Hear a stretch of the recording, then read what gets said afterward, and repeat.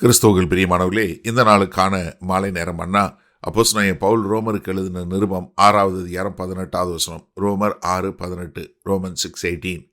பாவத்தினின்று நீங்கள் விடுதலை ஆக்கப்பட்டு நீதிக்கு அடிமைகளானீர்கள். ரொம்ப அழகா நேர்த்தியா நமக்கு சொல்லி கொடுக்குறாரு. இப்போ இந்த விடுதலை என்பது தானா நடக்கலை. என்ன பண்ணோம்? நம்மளுடைய சார்பை என்ன கொடுக்குறோம்? கர்த்தருக்குன்னு கொடுக்கக்கூடியதா. ஏன்னா நம்ம என்ன பாவத்துக்கு அடிமை இல்லை. இப்போ நம்ம ஏன்னா இது விடுதலையாக்கப்பட்டு விட்டோம். எப்படி? யோவான் 8:36 சொல்லும்போது, மெய்யாகவே மனுஷகுமாரன் உங்களை விடுதலை பண்ணினால் நீங்கள் விடுதலை ஆவீர்கள் என்று சொன்னக்கூடிய ஒரு காரியத்தினால நம்ம விடுதலை பெற்ற மக்களாக வந்து விட்டோம். இதைத்தான் கலாத்தியர் 5வது அதிகாரத்தில் 1 சொல்லும்போது, ஆனபடியினாலே நீங்கள் மறுபடியும் அடிமைத்தனத்துக்கு நுகத்துக்குட்படாமல் கிறிஸ்து நமக்கு உண்டாக்கின சுயாதீன நிலையிலேயே நின்று கொண்டிருங்கள். இப்போ என்ன, நம்மளை என்ன பண்ணிட்டாரு? அந்த சுயாதீன நிலைக்கு கொண்டு வந்துட்டாரு. அதில் நம்ம நிலை நிற்கக்கூடிய மக்களா. அப்போ நம்ம இனி என்ன இல்லை, பாவத்துக்கு அடிமையில் இல்லை, பாவத்திலிருந்து விடுதலை செய்யப்பட்டு விட்டோம். மனுஷகுமாரன் விடுதலை பண்ணி விட்டார். ஏன்னா கொலோசியர் 1:13 சொல்லும்போது, இருளின் அதிகாரத்தினின்று நம்மை விடுதலையாக்கி தமது அன்பின் குமாரனுடைய ராஜ்யத்துக்கு உட்படுத்தினவருமாய் இருக்கிற பிதாவை ஸ்தோத்தரிக்கிறோம். தேவன் என்ன, கர்த்தராகிய இயேசு கிறிஸ்து மூலமா நம்மளை விடுதலை பண்ணிட்டாரு. இப்போ நம்ம என்ன இல்லை, பாவம், அந்த பாவத்தினால வரக்கூடிய குற்ற உணர்வு அந்த காரியத்தில் இல்லை. மாறாக நமக்கு என்ன வந்துருச்சு? நமக்கு ஒரு முழுமையான ஒரு தேவனுடைய கிருபையில் வாழக்கூடிய ஒரு காரியம் வந்துருச்சு. அதனால இப்போ நம்ம என்ன ஆயிட்டோம்? நீதிக்கு அடிமைகளாக மாறினோம். இப்போ என்ன, நம்ம ஒரு வகையான பாவத்திலிருந்து நம்ம என்ன பண்ணிட்டோம்? இப்போ இது நம்ம யாருக்கு? கிறிஸ்துவுக்கு சொந்தமானவர்களாக ஆறணும். ஏன்னா நம்ம நீதிக்கு அடிமைகளானோம் அப்படிங்கிறது ஒரு கஷ்டமான காரியம் இல்லை. மாறாக என்ன, அது ஒரு சந்தோஷமான ஒரு காரியம் என்று சொல்லக்கூடியதாக. ஏன்னா கர்த்தராகிய இயேசு கிறிஸ்து சொன்னார் இல்லையா, மத்தேயு 11வது அதிகாரம் 29-30 வரைக்கும், வருத்தப்பட்டு பாரம் சுமக்கிறவர்களே நீங்கள் எல்லோரும் என்னிடத்தில் வாருங்கள். என்ன, என் நுகம் லெகுவானது. அந்த நுகத்தை எடுத்துக்கொள்ளுங்க.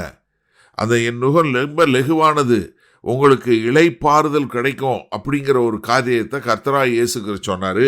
அதே மாதிரி 1 கொரிந்தியர் 6வது அதிகாரம் 20வது வசனம் சொல்லும்போது, கிரயத்துக்கு கொல்லப்பட்டீர்களே, ஆகையால் தேவனுக்குடையவராகிய உங்கள் சரீரத்தினாலும் உங்கள் ஆவியினாலும் தேவனை மகிமைப்படுத்துங்கள்.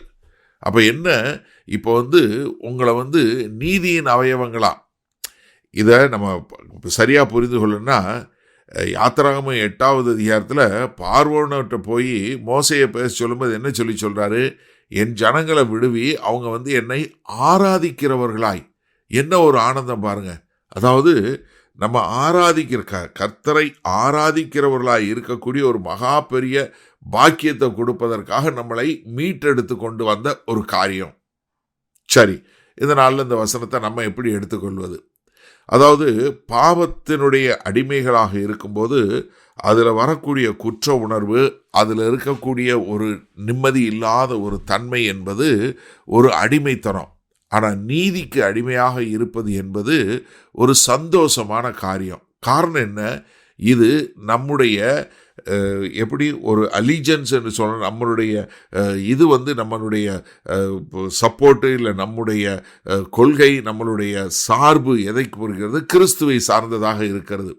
இப்போ நாங்கள் இதை நல்லா புரிஞ்சுக்கொள்றதுக்காக இந்த அலிஜன்ஸ் சொல்லக்கூடியதுக்கு என்னென்னா, நாங்கள் முன்னாடி நான் இந்தியனாக இருந்தேன். இங்கே யூகேக்கு கர்த்தர் எங்களை கொண்டு வந்தார். நாங்கள் கொஞ்சம் காலம் இங்கே இருந்ததுக்கப்புறம் நாங்கள் பிரிட்டிஷ் சிட்டிசனாக மாறினோம். அப்போ மாறும்போது இந்த அலிஜென்ஸ் ஆஃப் ஓத் எடுக்கணும். அதாவது நான் இனிமேல் நான் இந்த யூகேனுடைய குடியுரிமை பெற்றவனாக இருக்க போகிறேன். இனி இந்த தேசத்திற்கும் இந்த தேசத்தினுடைய நலன்களுக்கும் உண்மையுள்ளவனாக இதற்கு கீழ்ப்படிந்து இதற்கென்று வாழுவேன் என்று சொல்லி நான் அதுக்கு என்ன எடுக்கணும்? ஒரு வாக்கு எடுக்கணும், ஒரு ஆணை கொடுக்க வேண்டும். அதை கொடுத்தேன். அதே மாதிரி தான் முன்னாடி நான் என்ன பாவம் என்பது எனக்கு ஒரு வாய்ப்பே இல்லாமல் என்னை மூடி இருந்துச்சு. காரணம் என்ன? நான் பாவத்தில் பிறந்தேன். முந்தி நான் எப்படி இந்தியனாக பிறந்தேன், நான் என்னுடைய விருப்பம் இருக்குதோ இல்லையோ, நான் இந்தியனாக பிறந்தேன். அதுக்கான இந்தியாவை நேசிக்கலைன்னு அர்த்தம் இல்லை, தயவுசெய்து தப்பாக புரிஞ்சு கொள்ளாதீங்க. இது ஒரு உதாரணத்துக்கு சொல்கிறேன்.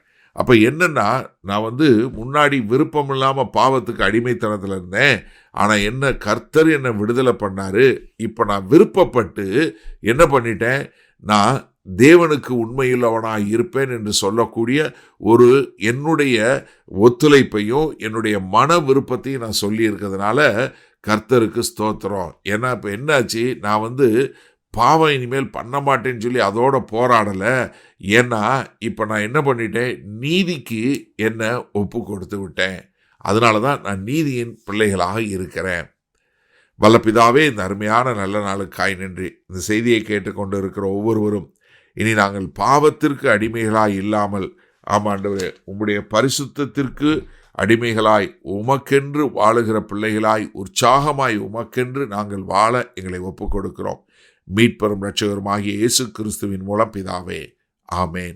கர்த்தர் உங்களை ஆசீர்வதிப்பாராக. நாம் நாளை காலை தினசரி தியானத்தில் சந்திப்போம். Good night.